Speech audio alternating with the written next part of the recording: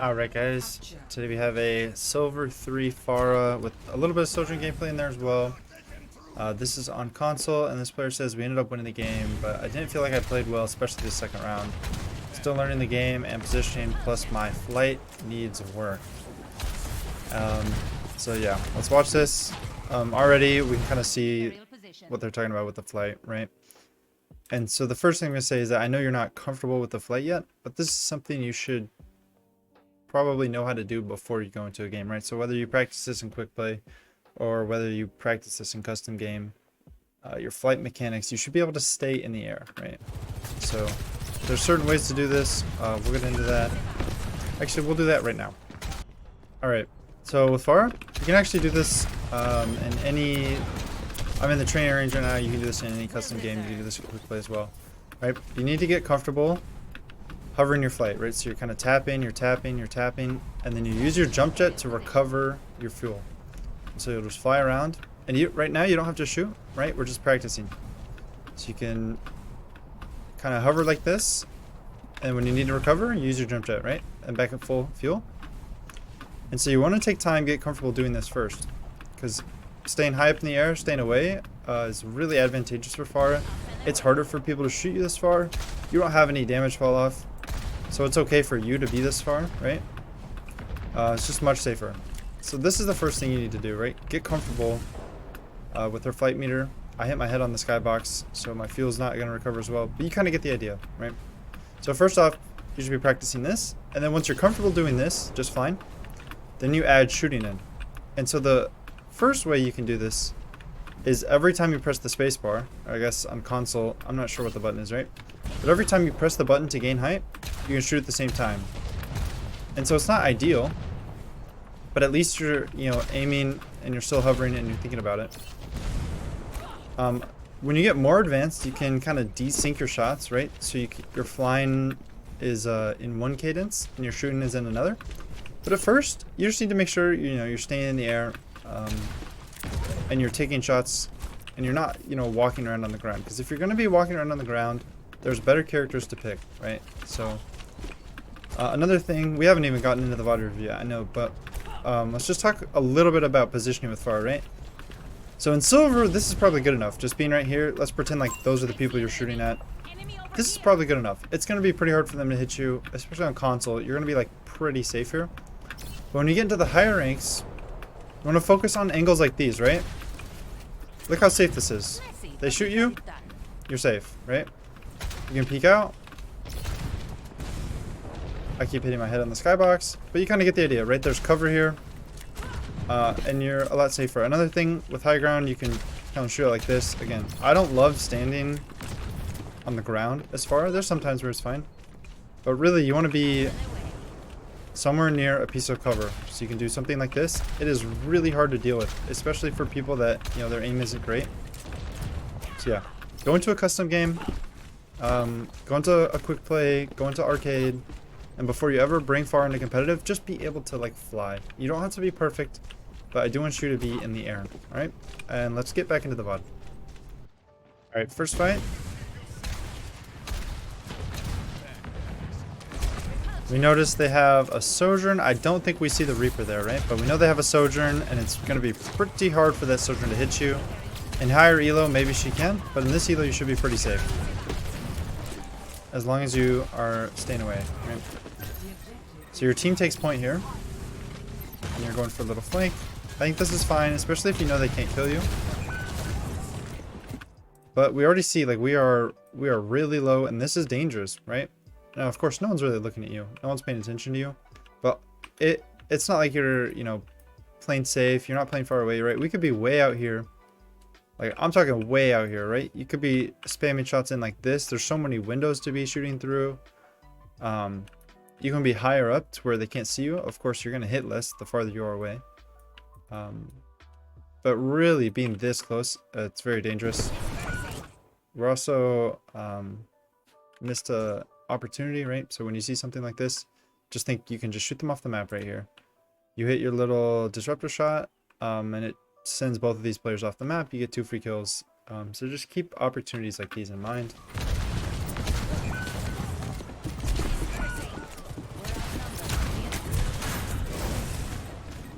And right, this is what I'm saying. It looks like we survive, or at least for right now, but we're not safe, right? We're in the Sigma's range, and we do not need to be in the Sigma's range. You could hit the Sigma from farther away when he can't hit you. So, also, our whole team has already died, and so we don't want to linger too much. So, when your team's not there, even if you are able to pick up a kill, right, you're not going to win. The fight's already over, and you want to be there for the next fight, right? So the next time that your team is there, you want to be there and you want to be alive. And so sticking around after the fight at a distance this close is not good. And so keep that in mind, right? As a basic concept, you want to be fighting with your team when your team is there. And if your team's not there, then you don't need to be there either. So.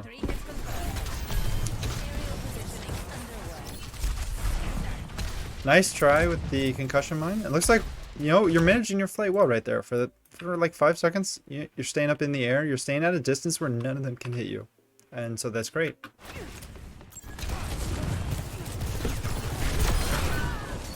We get the kill, but right, we die because we are literally right next to a Reaper.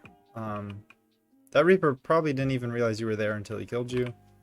But you kind of, you see what I'm saying, right? We don't need to be this close. And he actually did see you, obviously, right? But we could be way up there. We don't need to be here. So practice your flight mechanics, right? I'm back. We get a res. Our team's going in.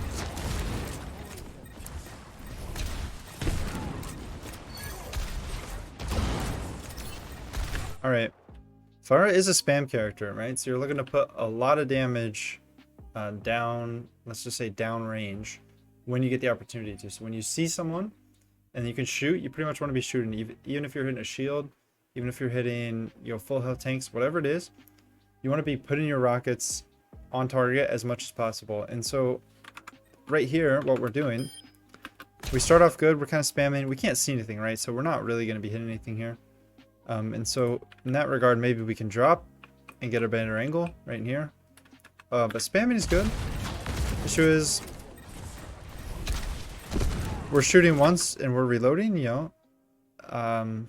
Make a habit of not doing this. So think, you know, do I have things to shoot at? And then you look in front of you and you're like, yes, I do have things to shoot at.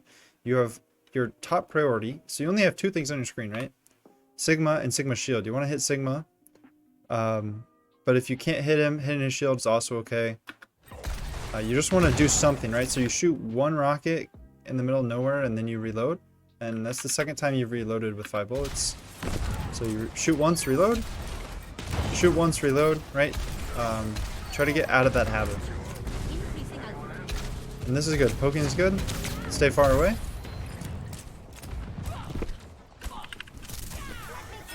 Yep, you want to be poking. One thing I didn't mention is that playing Pharah, you have to make sure you have someone on your team who can heal you, right?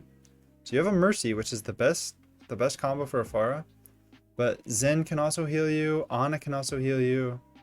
You just have to make sure that these characters are aware that you need healing, because it's very easy for these supports, especially in low rank, to kind of get lost in it and not be checking the sky constantly, right? Because they don't ever have to check the sky unless they have a Pharah. So you want to be using your I need healing voice lines if you need healing, because they're probably not going to be looking up at you. So, and also if you don't have any healers that are able to get to you, let's say you have Lucio and Moira on your team, it might be better just to play a different character. So this is good, right? This is great. Do this more often. We're behind cover. It's really hard for the enemy to hit us, and we're kind of just spamming. We're charging our ult. Yep, fantastic.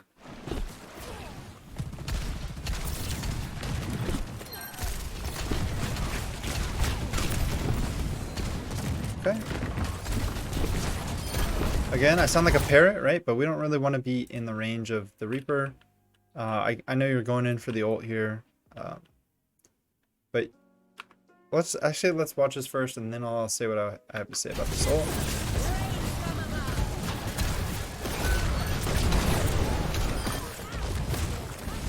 Looks like your team wins this. Let's talk briefly about the ult in general, not about this specific one. You do a crazy amount of damage with the ult. I think if you hit every rocket, of course you're not gonna hit every rocket, but I think if you do, it's like 1200 damage per second or something ridiculous, right? But you're completely still while you use it. You're locked in the animation. You can't move. You can't cancel it, right? And so you're a very easy target. And so the way you want to use this ult is kind of as a surprise. So if they know you're coming in, and this is silver, right? So it's fine. They clearly are not able to kill you right now. But in higher elo, it's going to be very telegraphed, right? Pharah plays at range, you're playing at range, you're playing at range. Okay, my ult's charged, and suddenly you come in here, right? And they're like, okay, Pharah's like right in my face. I wonder what's going to happen. She's going to ult. And so you can maybe be a little more surprised about it, right? If everyone's fighting here, let's just get a better view of this. If everybody is fighting in this area, and your team's kind of in the point we can't really see, right? And this is kind of where the exchange is going. We can sneak around here and drop in right here and then hit an ult, you know, and you can ult this whole area right here. Anyone in here, you can blow them up in an instant. We want to be like much closer. So I'm just going to give you like a short example of what that looks like. This is in the practice range, but you'll kind of get where I'm going with this, I think. All right. So let's say you're normally playing, you know, up here like we showed. And you're shooting, whatever. Maybe you hit things, maybe you're not. It's fine. And this is like the whole area where people are fighting, right in here. So what you can do is if they don't see you, you can come around here, like this. And you can use your ult from this angle, right? Okay, so I messed that up. But you use that to close the gap. Let me see if I can get it right this time. Right? So you use that to get on top of them really quickly. Or even, you know, from an angle like this, you can pop down. And again, not a great example, right? But it's the concept. So you're much closer. You're in an angle that they're not expecting. And you're able to get those kills very quickly before they can react, right? So you want to kill them before they can stop you from doing it. So I'm going to do it one more time just to show you.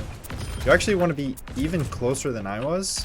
I'm going to show you exactly how close I mean, right? So you'll see this if you watch high elo players play Pharah, which they probably never are. But they'll get like here, right? And players will just melt. And so look to use your ult kind of like that. If you pick up 2 or more kills and then you die, it's fine. You'll die a lot in Pharah ult, right? It's actually really hard to survive. So if you pick up 2 or more kills and die, it's okay. But it's also fine just to get 1 kill and die. That's also fine. So, or sorry, 1 kill and live. You need to live. But solo ulting someone is fine, right? So if the main fight is happening over here,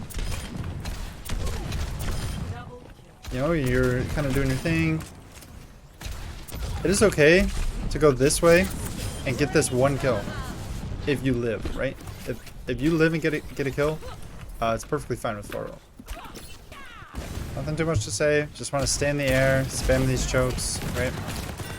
Like, we're just too close right now. We're too close. We don't need to be this close.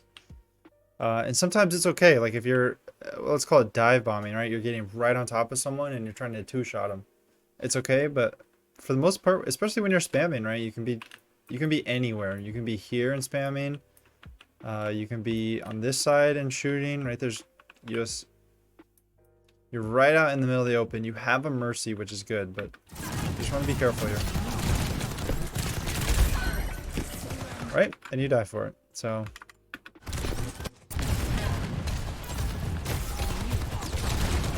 you kind of shoot yourself. You know, you just have to work on your mechanics. And then he has the high ground on you, which should literally never happen. It's just a practice thing, right? But you don't need to be right next to this guy. This guy's aim is not that good, right? You know, he's not going to beam you out of the sky, especially from super far. So you can just put pressure farther back, be a little bit safer when you play like this.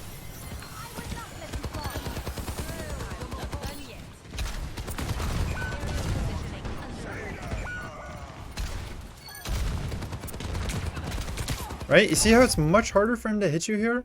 And much harder. And it's okay because you're able to hit him. You know, you shoot, you peek, shoot, and then you hide, right? And it's exactly what you're doing.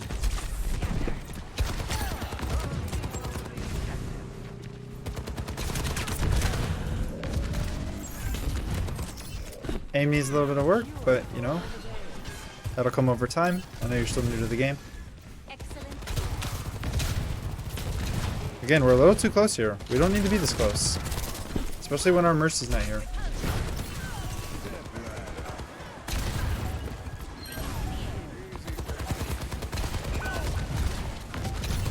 At this point, we're kind of taking advantage of our McCree's aggression, right? All of their focus was on the Cree, or the Cassidy.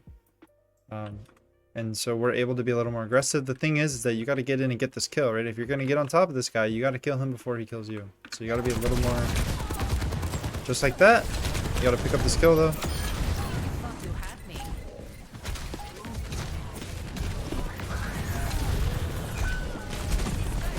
Right, of course, we gotta work on our aim, but that's pretty obvious.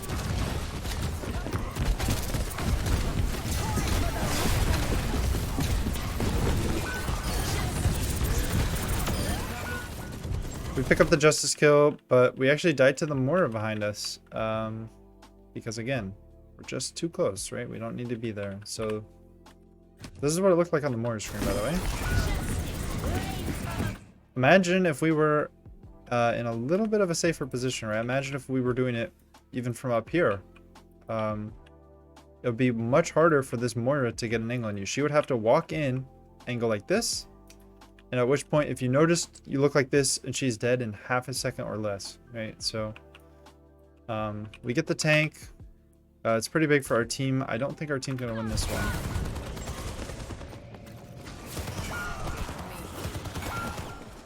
Yep. Alright, we're on Sojourn now.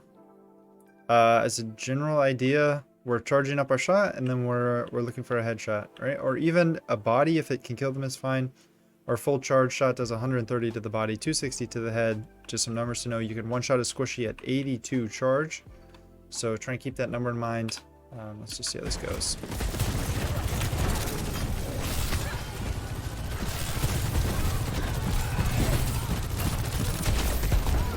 Good damage.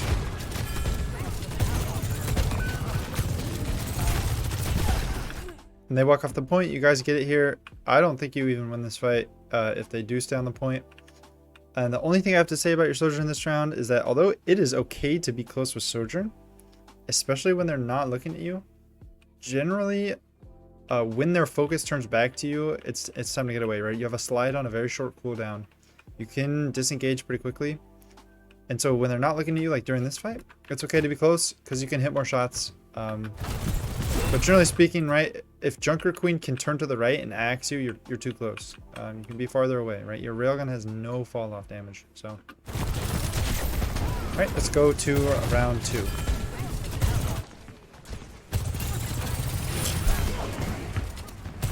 All right, we're full charge. Let's look for a shot here. Boom, perfect, right? Perfect. That's great. Do that again.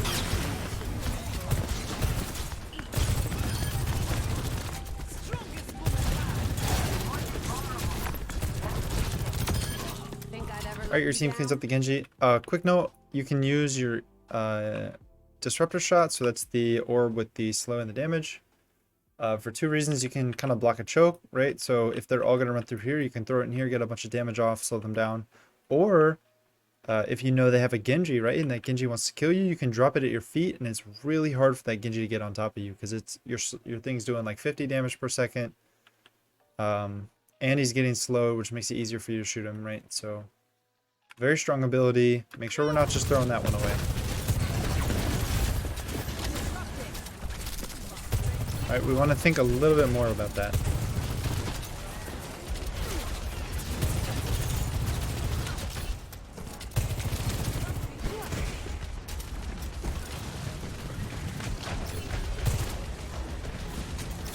We're getting a little sidetracked with this Tracer here. I want you to be focusing on this main fight, right?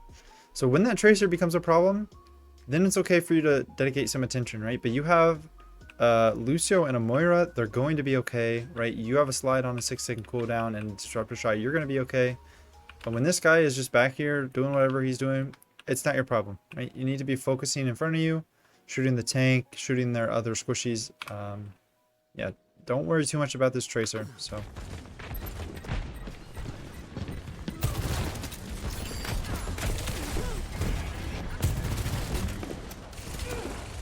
feels like we have a really low sensitivity, right? So it's pretty hard for you to turn quickly. And while that's okay because it helps you aim better, you want to be careful. If you're getting shot from behind, you need to be able to turn around to deal with that. So, you know, if it takes you a full second to turn around, maybe your sensitivity is too low.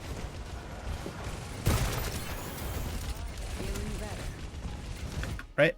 And we're currently breaking the #1 rule in Overwatch, which is do something, right? Do something useful. So we want to be making sure that we are participating in the fight. The whole fight is going on this way. Everyone's kind of doing things, and we are. I'm not really sure what we're doing, honestly.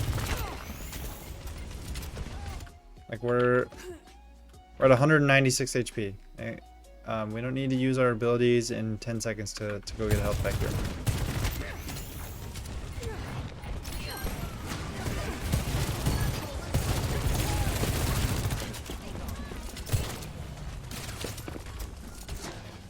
The fight's over. We didn't do anything, right? We didn't do anything. We kind of walked around and we looked at some health packs and we looked at where a Tracer may be. And so your team won this fight 4v5. 4 of your team won this fight without you ever doing anything. You want to minimize the amount of times that this happens. You want to be doing something. You want to be contributing somehow to the fight.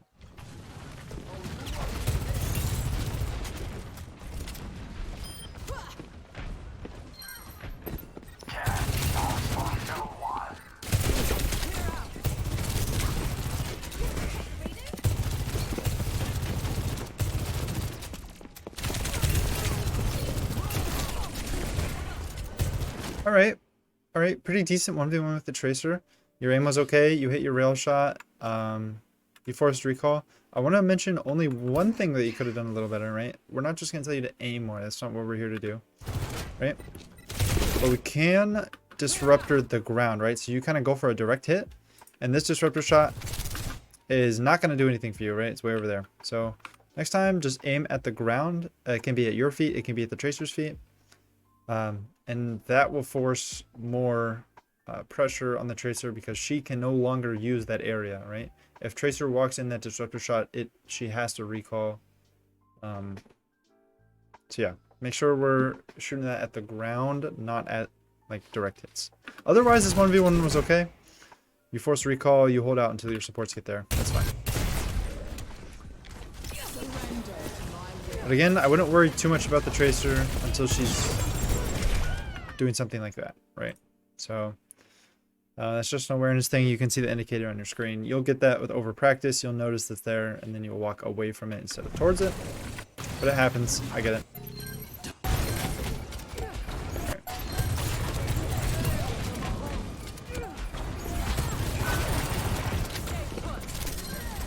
Good disruptor shot to pressure the mortar away from you. You know, it's not the perfect one, but it is effective at getting the mortar to stay away. So you're not aware there is a Tracer shooting you and you are standing still. Make sure you're not standing still. Movement is super important in this game, right? We're in complete control of our movement, and the more we move, the harder it is to hit us. So there's some really good videos on this. I think Kabaji Overwatch has one. I'll put the text on screen for that. But yeah, that's maybe a little bit more advanced thinking. I know we're still in silver. We're getting the basics of the game, right? But when we're not moving, it's going to be very easy to shoot us, right? When we're moving, when we're strafing, it's going to just in general be a lot harder to hit us. So something to think about. See right here, we just stand still and we get obliterated. So something to look out for in the future.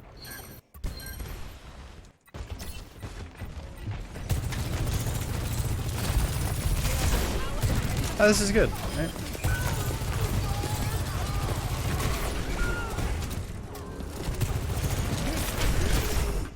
All right, a couple things already. I know the fight's not over yet, but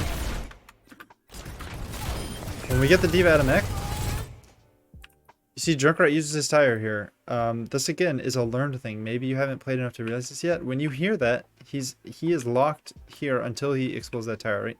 He cannot move because he's controlling the tire. So what you can do is you get free kill on this Junkrat. This Junkrat is just literally a sitting duck. He can't move. So you should be focusing on the Junkrat here. Again, that's an aim thing, but we drop a kill on the Mora. This fight's probably already lost. There's only 2 of you left. which brings up another point that you probably shouldn't be ulting in a fight that's already lost, right? So you have to kind of be paying attention here, right? But when 3 of your team is down, that means there's 2 of your team left and 5 of the enemy team. And that means that for this ult to even bring it back to even, right? To even get the fight back to a 50-50, you need to kill 3 people. And to get the fight into a winning position, you need to kill 4. And so it's going to be very tough to do that, especially you have no supports left, which means you're not going to get any healing during this ult. Nice shot, right? And so even though you trade out a kill, now it is a 1v4, and it's definitely lost, and you don't have your ult anymore. So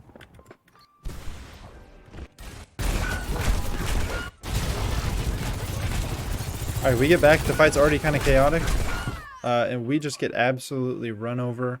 I don't really think this one's your fault. 2 of your team has already died, and this Kitsune Rush just obliterates you. We slide into the wall, but you're probably not getting out of this one anyways, right? The only thing I can recommend you should do in this situation is when you notice right here, right? You notice the Kitsune Rush, you can throw your E down, or I guess your Disruptor Shot, whatever button that might be on console. You can throw it down right here, right where Lucio's standing, and maybe dissuade these people from just running it down like this and getting right on top of you. So, but it happens sometimes. Multiple teammates were already dead.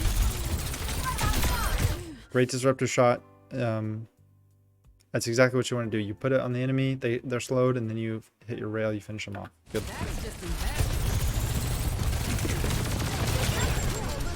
We slide away from the pulse bomb. That's good.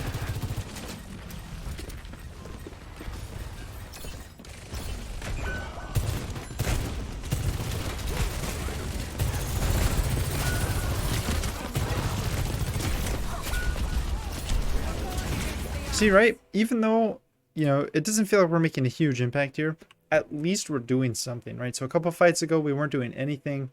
This already is an improvement.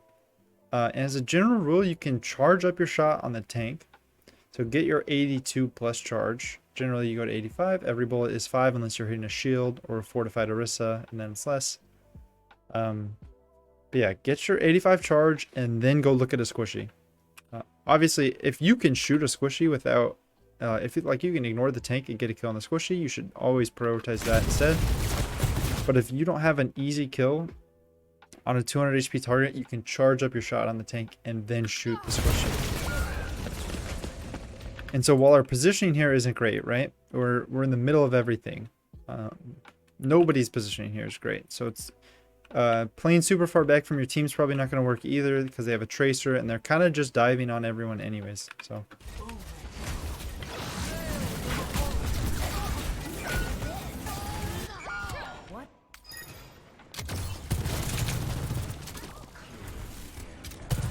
alright, we lose that round. It happens. On to the next round.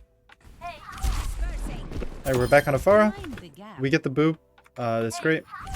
Again, this is what you need to be looking out for. So that's a big kill. They're down 1 support, and it should be much easier to win the fight, right? So it's not guaranteed. Anything can happen in these fights, but at least you're at a big advantage now. I think there's going to be a lot of what we saw in the first round, but the only thing to note is that they have a Roadhog now, and so you really don't want to be in that hook range, right? You can fly, so let's make sure we're in the air. Also, they have Reaper Junkrat. You should have a really fun round until someone switches.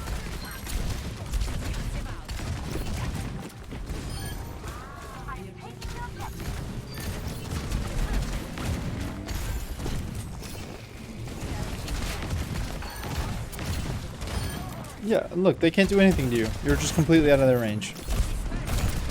Like, until now, right? Danger. Danger. Like big alarm bells in your head. You should be thinking, wow, I'm too close. Much better.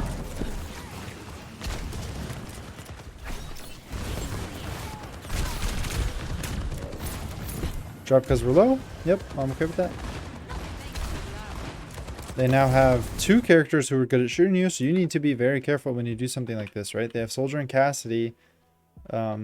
And being super high up in the air with no cover is a good way to get shot. Pharah is very slow moving, very easy to hit. Of course, they're not going to hit every shot on you, right? This, this isn't Grandmaster, but we can use some cover here, right? Now that they have people who can shoot you, we can be in angles like these, right, where we can just duck down if we need to. So we're in the open too long, we have no cover, and you get focused down by 2 hit scans and you're dead. And so we can't provide any more value to this fight. You get rezzed.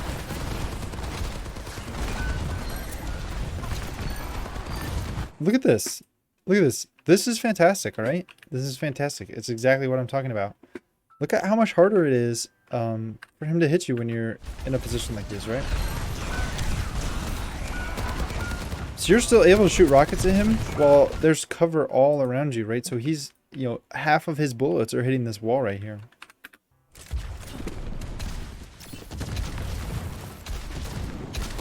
I don't even need to say it, right? You already know what I'm going to say.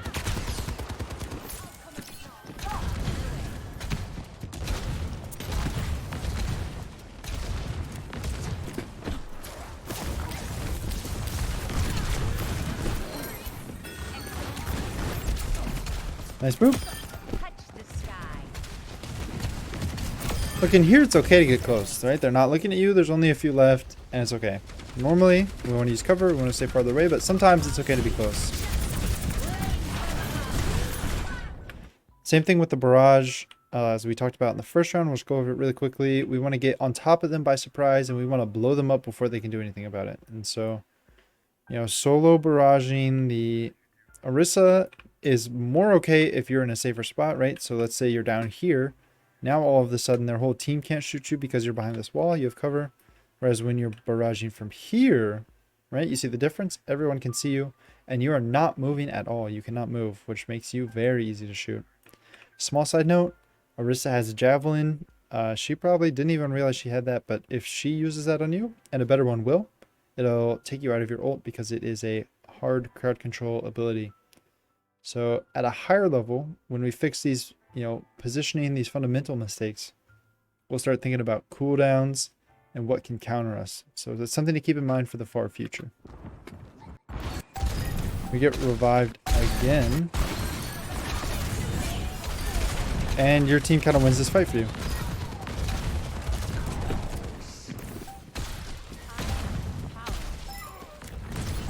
And that is the end of the game. Alright, let's do a short little recap. So for Pharah, let's start off by practicing our flight mechanics. We want to be comfortable flying, right? Eventually, with enough hours on Pharah, it won't be something you have to think about. It'll just be something you do, and that's how you want it to be. You don't want to be dedicating a ton of your brain power to flying.